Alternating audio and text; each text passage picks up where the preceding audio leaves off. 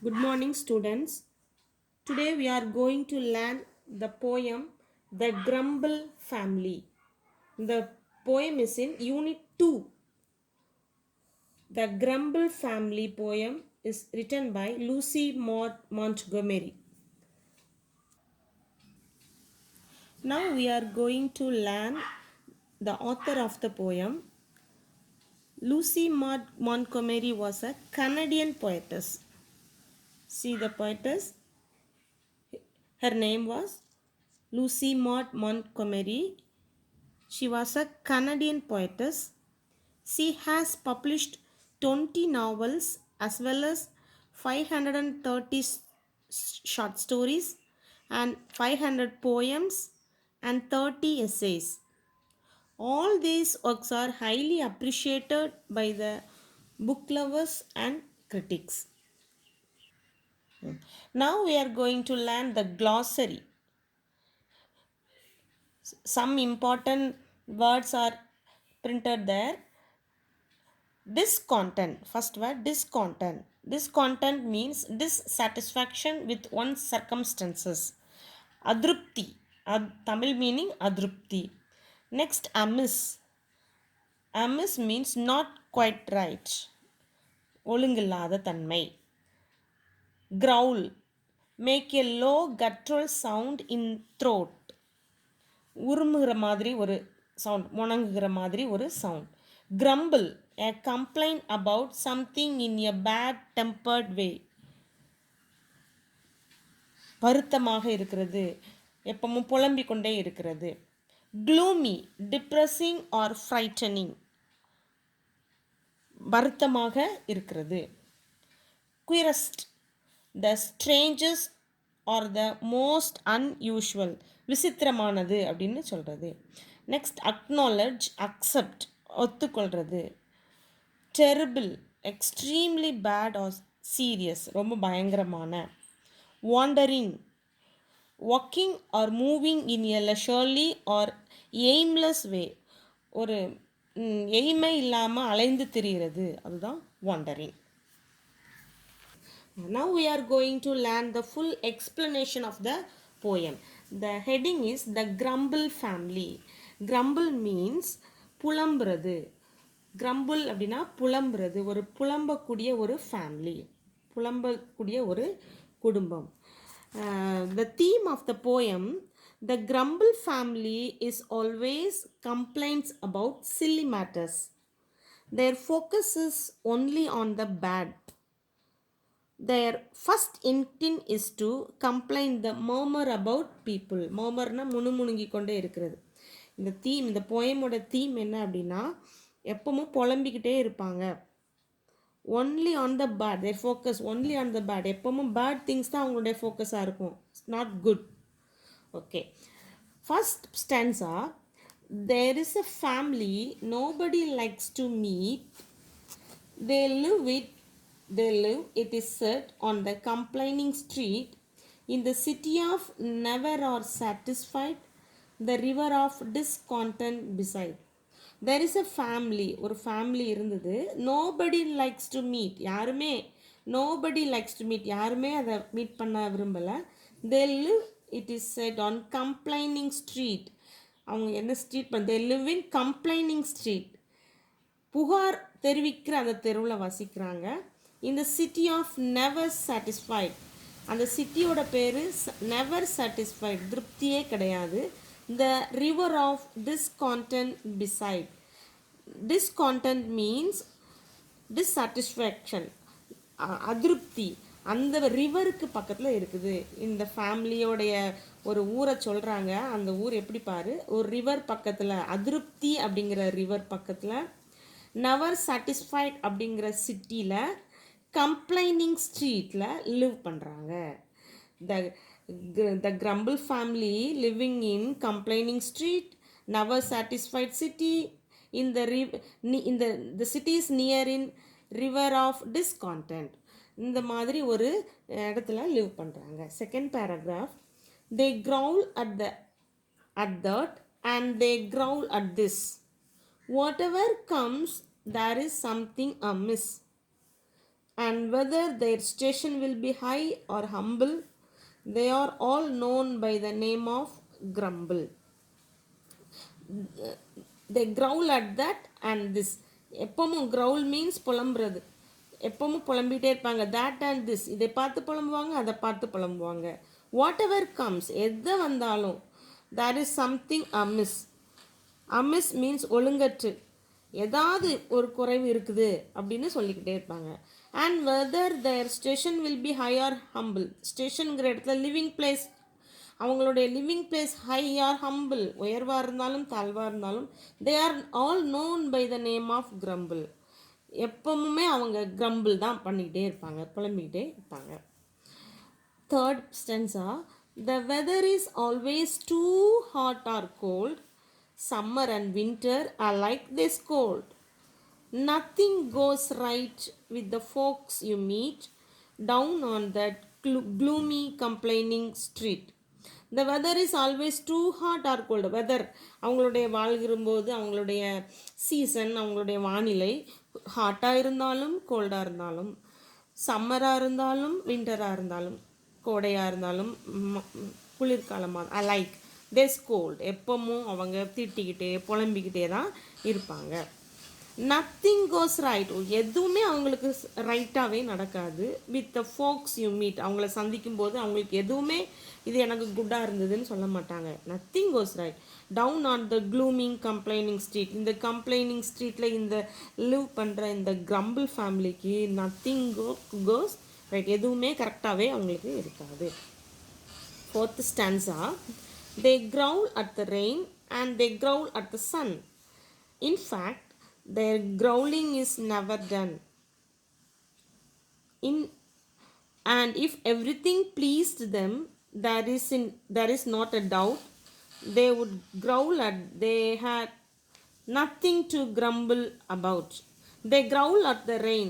மழை பெஞ்சாலும் அவங்க growl பண்ணுவாங்க. growl means புலம்புறது.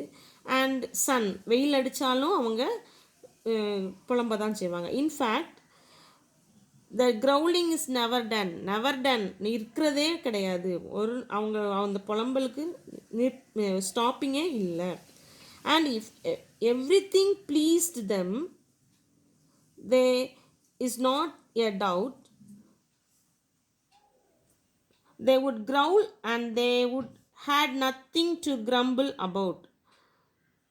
எல்லாமே அவங்களுக்கு நிறைவாக தெரிந்தாலும் அவங்களுக்கு என்ன பண்ணுவாங்களாம், புலம்புறதுக்கு ஒன்றுமே இல்லைன்னு புலம்புவாங்களாம். that they had nothing to grumble about. ஐயோ நத்திங், எனக்கு புலம்புறதுக்கு, நான் கிரம்பிள் பண்ணுறதுக்கு ஒன்றுமே இல்லை அப்படின்னு புலம்புவாங்களாம். then next stanza, but the queerest thing is that not one of the same can be brought to acknowledge his family name, for never a grumbler will own that he is connected with it all, you see. ஒரு க்யூரஸ்ட் thing என்ன அப்படின்னா, one of the queerest thing means வினோதமான ஒரு காரியம் என்ன அப்படின்னா, is that not one of same can be brought acknowledge, அவங்க ஒத்துக்கிடவே மாட்டாங்க. இஸ் ஃபேமிலி நேம், இவங்க ஒரு கிரம்பிளர் ஃபேமிலி, இவங்க எப்பவும் கிரம்பிள் பண்ணிக்கிட்டே இருப்பாங்க அப்படிங்கிறத the family members is not accepted, ஒரு நாளும் அக்செப்ட் பண்ண மாட்டாங்க. for never grumbler will be owned that he is connected with it at all, you see. இவங்க புலம்பி தீர்ப்பவங்க அப்படின்னு யாருமே அவங்கள ஏற்றுக்கொள்ளவே மாட்டாங்க. Next stanza, the worst thing is that if anyone stays among them too long, he will learn their ways, and before he dreams of the terrible jumble, he is adopted into the family of grumble. Worst thing என்ன அப்படின்னா, if anyone stays among them too long, anyone stays, யாராவது அவங்க கூட stay பண்ணாங்க கொஞ்சம் அதிகமான நாள், too long, he will learn their ways, அவங்களும் அவங்களுடைய வழியை கற்றுக்குவாங்களாம், learn their ways. And before he dreams of the terrible jumble, he is adopted into the family of grumble. ஐயோ இவர் கிரம்பிள் ஃபேமிலியை எப்பவும் இவங்க கிரம்பிள் பண்ணுறாங்களே அப்படின்னு அவங்க அலர்ட் ஆகிறதுக்கு முன்னாடியே அவங்க வந்து அந்த கிரம்பிள் ஃபேமிலியோடைய ஃபீலிங்ஸ் கூட அதனுடைய கேரக்டர்ஸ் கூட அடாப்ட் ஆயிடுவாங்க. The next stanza, and so it were wisest to keep our feet from wandering into complaining street, and never to growl whatever we do, lest we be mistaken for grumblers too. This stanza says one of the advice, the poetess advises the stanza ஒரு and wisest to keep our feet. நம்ம வந்து ஒரு ஞானமாக எப்படி இருந்துக்கணும்னா keep our feet, நம்ம அதிலிருந்து அவங்ககிட்டருந்து கொஞ்சம் தள்ளி இருக்கணும். From wandering in to complaining street. Wandering means walking or moving leisurely aimless வே.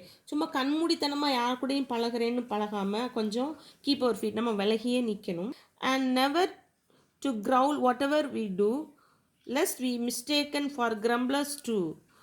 நம்ம என்ன செஞ்சாலும் முணுமுணுத்துக்கிட்டே இருந்தோம் அப்படின்னா நம்மளும் புலம்பி தீர்க்கிறவங்க grumblers அப்படின்னு நம்மளும் அறியப்படுவோம். True grumblers too, lest we be mistaken for grumblers too. நம்மளும் அலாட்டா இல்லைன்னா we be mistaken for grumblers too, நம்மளும் அறியப்படுவோம் அப்படின்னு சொல்லுது. Last stanza, let us learn to walk with a smile and song, no matter if things do some things go wrong, and then be our station high or humble, we will never belong to the family of grumble.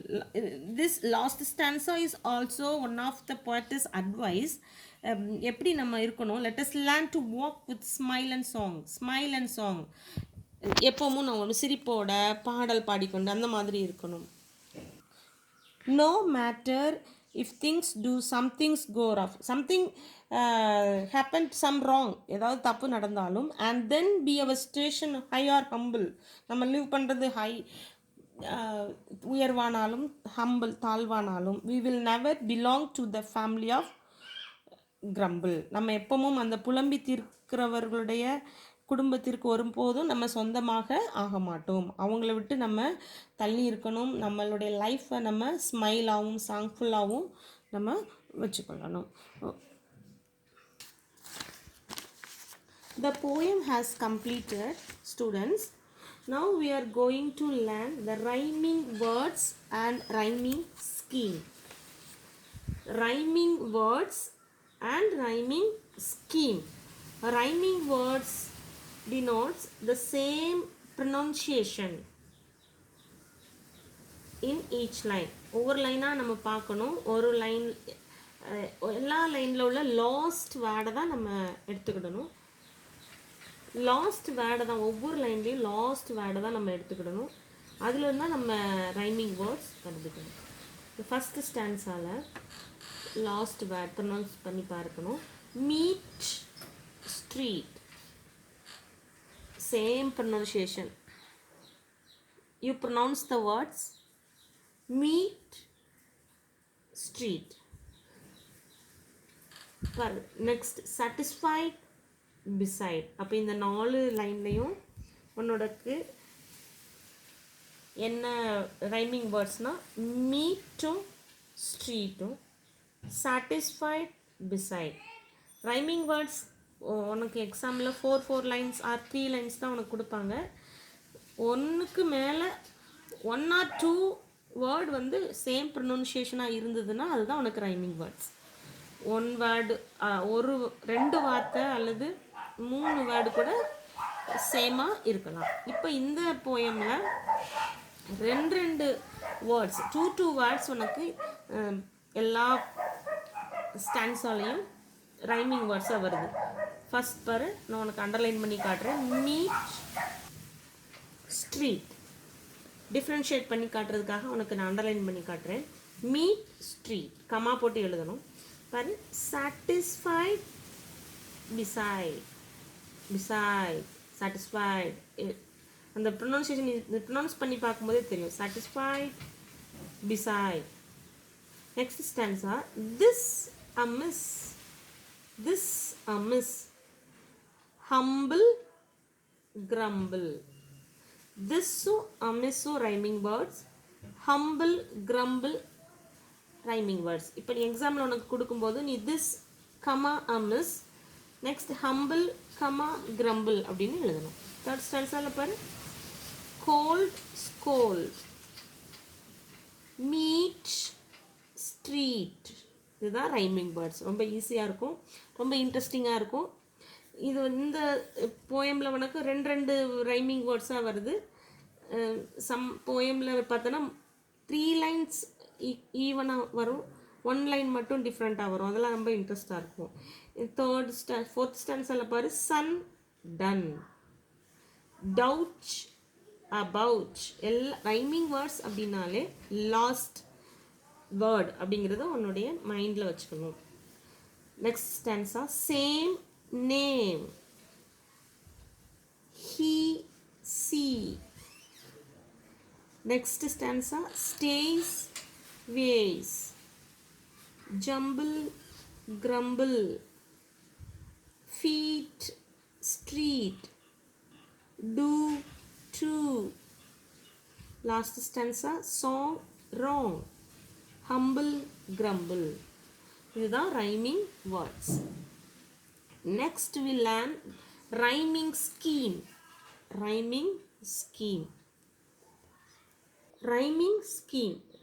Rhyming scheme வந்து வேற ஒன்றும் இல்லை. Rhyming words உனக்கு தெரிஞ்சது அப்படின்னா rhyming scheme நீ எழுதிடலாம். நம்ம இப்போ meet street rhyming words, equal rhyming words.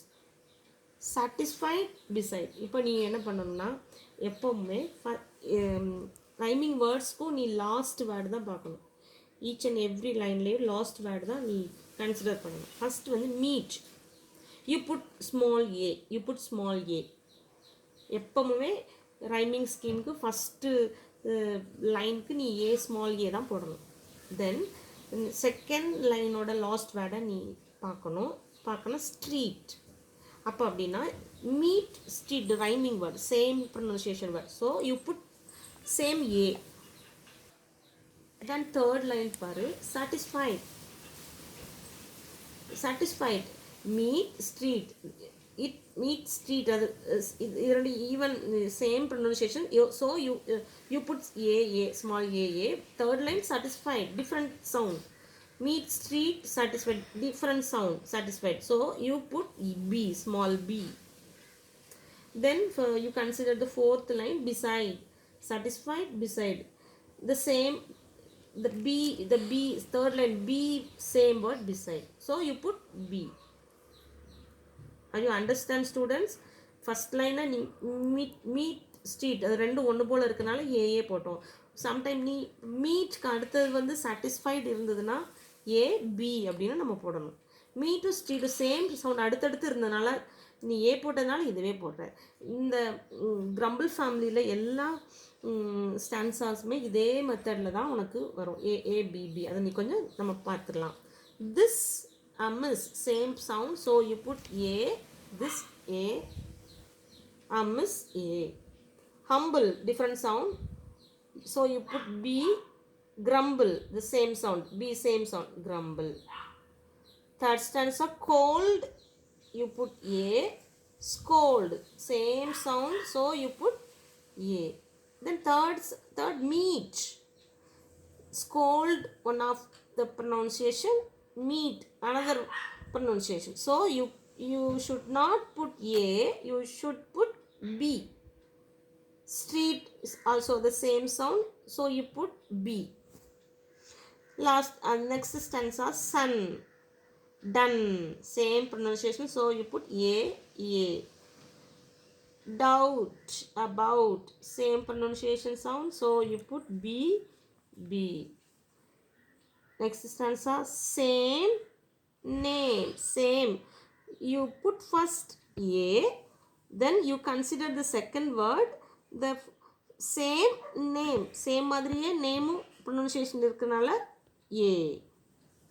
Next he see, name he different sound, அதனால் நம்ம ஏ போட முடியாது. he see, b, he மாதிரியே சியும் இருக்கிறனால b. Then stays ways, stays a, ways stays மாதிரியே ways இருக்கிறனால a. Humble grumble, Vase மாதிரி இல்லை, different sound. So you put B. Grumble, the same sound. Jumble, grumble, B. அதே போல தான் லாஸ்ட் ரெண்டு ஸ்டான்ஸும் அதே தான், சேம் தான். Feet, street. A A. Do, to. Be, be. Song, wrong. Song, you first put A. Wrong, same sound, so you put A. Third line, humble. Wrong, humble different sound இருக்குது, so you put B. Humble, grumble, same sound, so you put B. Are you clearly understand the rhyming scheme? Okay students. Okay student, then we are going to learn the appreciation questions. This question is 2 mark question. Read the following lines from the poem and answer the questions given below. In the question paper, two poem lines are there and 2 questions are asked. ரெண்டு line கொடுத்துருப்பாங்க, அதுலேருந்து 2 question கேட்பாங்க. ஒரு கொஸ்டின்க்கும் each question allot 1 marks. ரொம்ப சிம்பிளாக இருக்கும். There answer is in the 2 lines. Answer வந்து இந்த 2 லைனில் தான் இருக்கும். நீ கொஞ்சம் நல்லா நீ பார்த்து எழுதிடலாம். ஃபஸ்ட்டு ஒரு 3 கொஸ்டின்ஸ் உனக்கு நான் மாடல் சொல்லித்தரேன். There is a family nobody likes to meet. they live, it is said, on the complaining street. நல்லா நீ நம்ம படித்த போயமாக தான் இருக்கும், அதனால் நீ திரும்ப ரீட் பண்ணி பார்க்கணும். there is a family nobody likes to meet. they live, it is said, on complaining street. யாருமே அவங்கள மீட் பண்ண விரும்ப மாட்டாங்க, அவங்க கம்ப்ளைண்ட் ஸ்ட்ரீட்டில் லிவ் பண்ணுறாங்க. கொஸ்டின் பாரு, where do the family live? Question பார்த்தாலே உனக்கு நீ அந்த ஆன்சர் வந்து போயமில் இருக்கும். where does the family live எங்கே வாழ்ந்தாங்க பார்க்கணும். அந்த live எங்கே இருக்காங்க, ஆன்சர் அதே மாதிரி இருக்கும். the family lives on the complaining street. இங்கே பாரு, இதே லைனில் தான் இருக்கு பாரு. the family lives on the complaining street. நீ ஒரு வேளை நீ கொஞ்சம் டல் ஸ்டூடெண்ட்டாக இருந்த அப்படின்னா நீ கொஸ்டினில் அந்த வேர்டை நீ பார்க்கலாம், போயமில் அந்த வேர்டை பார்த்துட்டு கூட எழுதிடலாம். where does the family live? the family lives on the complaining street. ரொம்ப இன்ட்ரெஸ்டிங்காக இருக்கும், எல்லாரும் 1 மார்க் வாங்கலாம். Second, why do you think the street is named as complaining street? ஏன் அந்த ஸ்ட்ரீட்க்கு complaining street நேம் வந்தது? The street has people who are always complaining about everything. Therefore, the street is named as complaining street. எப்பவும் ஒருத்தர் complaint பண்ணிக்கிட்டே இருந்தாங்க. So, the street is called as complaining street. Second question, they growl at that and they growl at this. Whatever comes, there is something amiss. What does the word growl mean here? Growl na enna meaning? Growl means low guttural sound in the throat. அடுத்தவங்கள பற்றி நம்ம புலம்பி தீர்த்துக்கிட்டே இருக்கிறது தான். Why do you find everything amiss? ஏன் இது எல்லாமே அமிஸ்ஸாக இருந்தது? அமிஸ்னா ஒழுங்கற்று இருந்தது. They find everything wrong. எல்லாமே தவறாகவே இருந்தது. மிஸ்பிளேஸ், எல்லாமே தவறாக இருந்தது.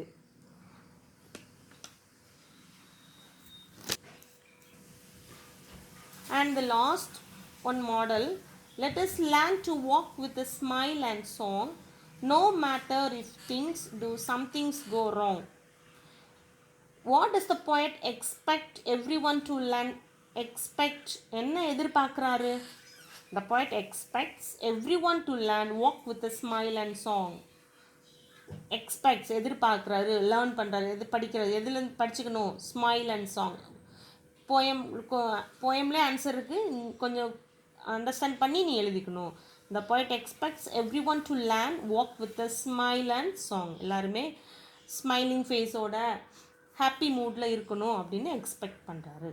Last question, what should we do when things go wrong sometimes?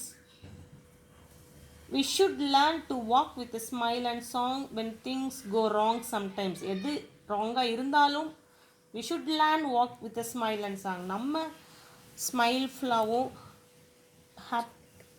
Happy மூட்லேயும் இருக்கணும். Okay students, everything is completed. Explanation of the poem, rhyming words, rhyming scheme, and appreciation questions. Everything is completed. Tomorrow you should write the poem in your classwork note. You should write the rhyming words, rhyming scheme, and appreciation question. All of things you should write in your classwork note. Thank you, students.